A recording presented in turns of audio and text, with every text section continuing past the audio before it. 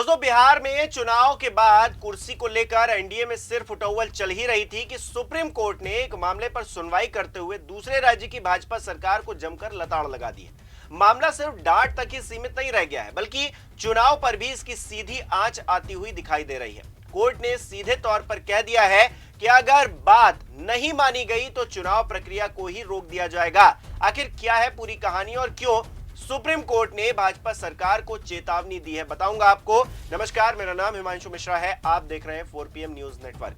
दोस्तों, महाराष्ट्र में नगर परिषद और नगर पंचायत चुनाव के लिए 2 हफ्ते का समय भी नहीं बचा है और इस बीच सुप्रीम कोर्ट ने फडणवीस सरकार को आड़े हाथों लिया है। चुनाव में आरक्षण को लेकर सुप्रीम कोर्ट ने बड़ी टिप्पणी करते हुए कहा है कि 50% आरक्षण की सीमा को तोड़ने की इजाजत नहीं दी जाएगी। शीर्ष अदालत ने महाराष्ट्र सरकार को चेतावनी देते हुए यह भी कहा है कि अगर 50% से ज्यादा आरक्षण दिया गया तो चुनाव प्रक्रिया ही रोक दी जाएगी। बड़ी बात यह है कि महाराष्ट्र में स्थानीय निकाय चुनाव के नॉमिनेशन पेपर की स्क्रूटनी से पहले ही सर्वोच्च अदालत ने यह टिप्पणी की थी।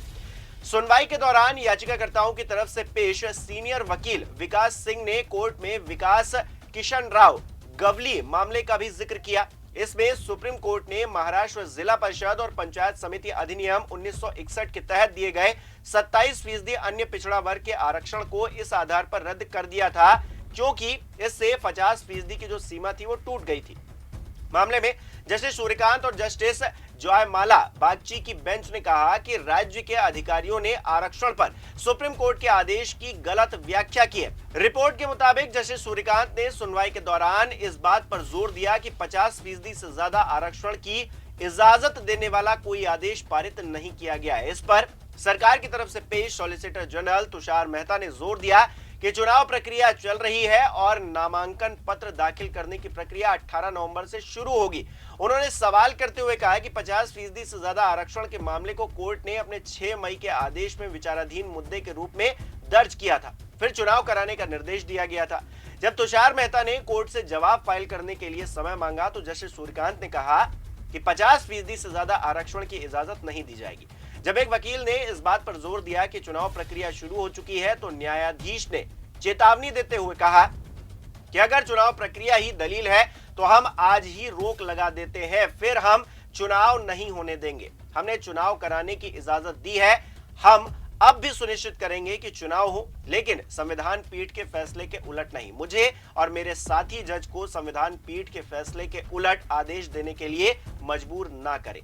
जस्टिस सूर्यकांत ने सुप्रीम कोर्ट के 6 मई के आदेश की तरफ इशारा करते हुए कहा कि बांटिया आयोग की रिपोर्ट से पहले की स्थिति के अनुसार चुनाव कराने का निर्देश दिया गया था। महाराष्ट्र को लेकर सुप्रीम कोर्ट का आदेश 3 जजों की बेंच का था और जब तक उस पर विचार नहीं किया जाता 2 जजों की बेंच शायद उसके उलट आदेश जारी करने की हालत में नहीं होगी। दरअसल 6 मई के आदेश में सुप्रीम कोर्ट ने निर्देश दिया था कि स्थानीय निकाय चुनाव में जेके बांटिया आयोग की 2022 की रिपोर्ट से पहले महाराष्ट्र में जो आरक्षण व्यवस्था थी उसी के आधार पर ओबीसी समुदायों को आरक्षण मिलेगा।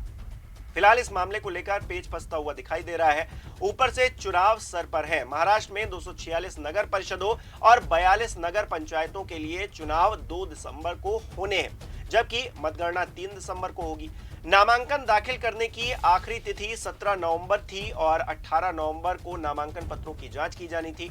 21 नवंबर तक नामांकन वापस लिए जा सकते हैं, जबकि चुनाव चिन्ह और उम्मीदवारों की सूची 26 नवंबर को प्रकाशित की जाएगी। इस बीच सुप्रीम कोर्ट का फैसला सियासी तौर पर काफी हलचल बढ़ा रहा है। आरक्षण को लेकर पहले भी काफी बहस हो चुकी है। सियासी तौर पर हर पार्टी इसे भुनाने की कोशिश करती रही है, लेकिन स्थानीय चुनाव के मद्देनजर सुप्रीम कोर्ट ने 2 टूक कह दिया है कि 50% की सीमा पार नहीं होनी चाहिए, नहीं तो चुनाव रोक दिए जाएंगे। ऐसे में सरकार के लिए आगे कुआं पीछे खाई वाला हाल हो गया।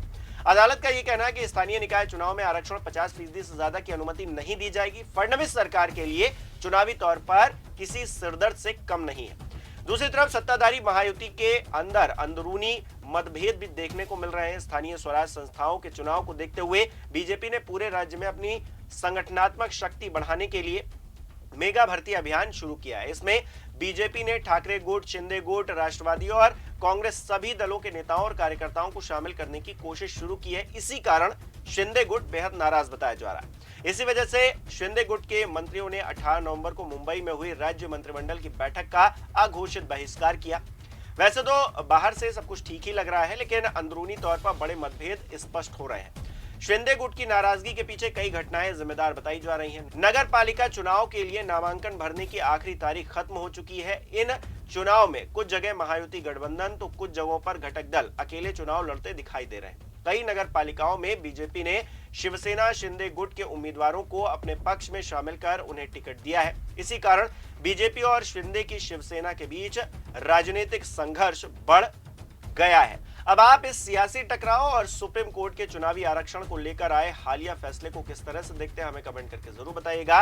इस वीडियो को लाइक करना, शेयर करना मत भूलिएगा। हमारे चैनल को सब्सक्राइब नहीं किया है तो वो भी जरूर कीजिएगा। बहुत बहुत धन्यवाद। मिसरीड केली जाते, जसं मी सकाळी सांगितलं की तिचा चुकीचा अर्थ लावून तिचं इम्प्लिमेंटेशन केलं जातंय, तर ते कोर्टाने एक्सप्रेस केलं, कोर्टाने ते 2 दिवसला ठेवलंय आणि ऑर्डर थोड्या वेळाने येईल। आज नेमकं युक्तिवादादरम्यान काय झालं? कारण साधारणतः 20 मिनिटं युक्तिवाद चालला कोर्टामध्ये।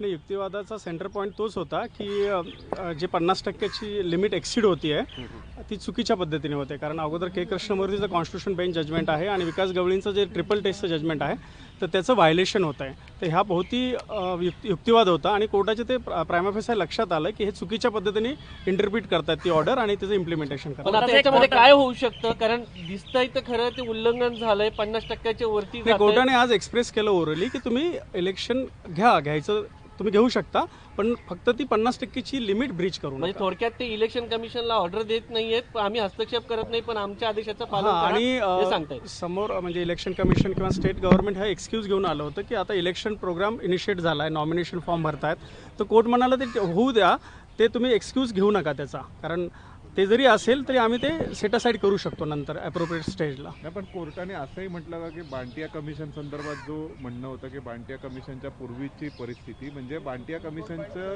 व्हॅलिडिटी आम्ही नंतर चेक करू। हा, तसं म्हणालं पण कोर्ट। तसं ओबीसी रिझर्वेशनला काही आक्षेप नाहीये म्हणजे नाही, ओबीसी रिझर्वेशन अप टू 50% तुम्ही देऊ शकता 27% प्रमाणे, 27% तेवढं लिमिट ठेवून अप टू 27%। असं काय वाटतं की कोर्ट ज्या पद्धतीचा आजचा मूड होता कोर्टाचा, म्हणणं होतं की बाथिया कमिशनच्या अगोदरची परिस्थिती म्हणजे ट्रिपल टेस्टचं जजमेंट, तर तुम्ही ते फॉलो करा आणि ते 3 जजेस बेंचचं जजमेंट असल्यामुळे आम्ही ते सुपरसीड नाही करू शकत, बिंग बदलू शकत नाही असं कोर्ट एक विधान बोललं।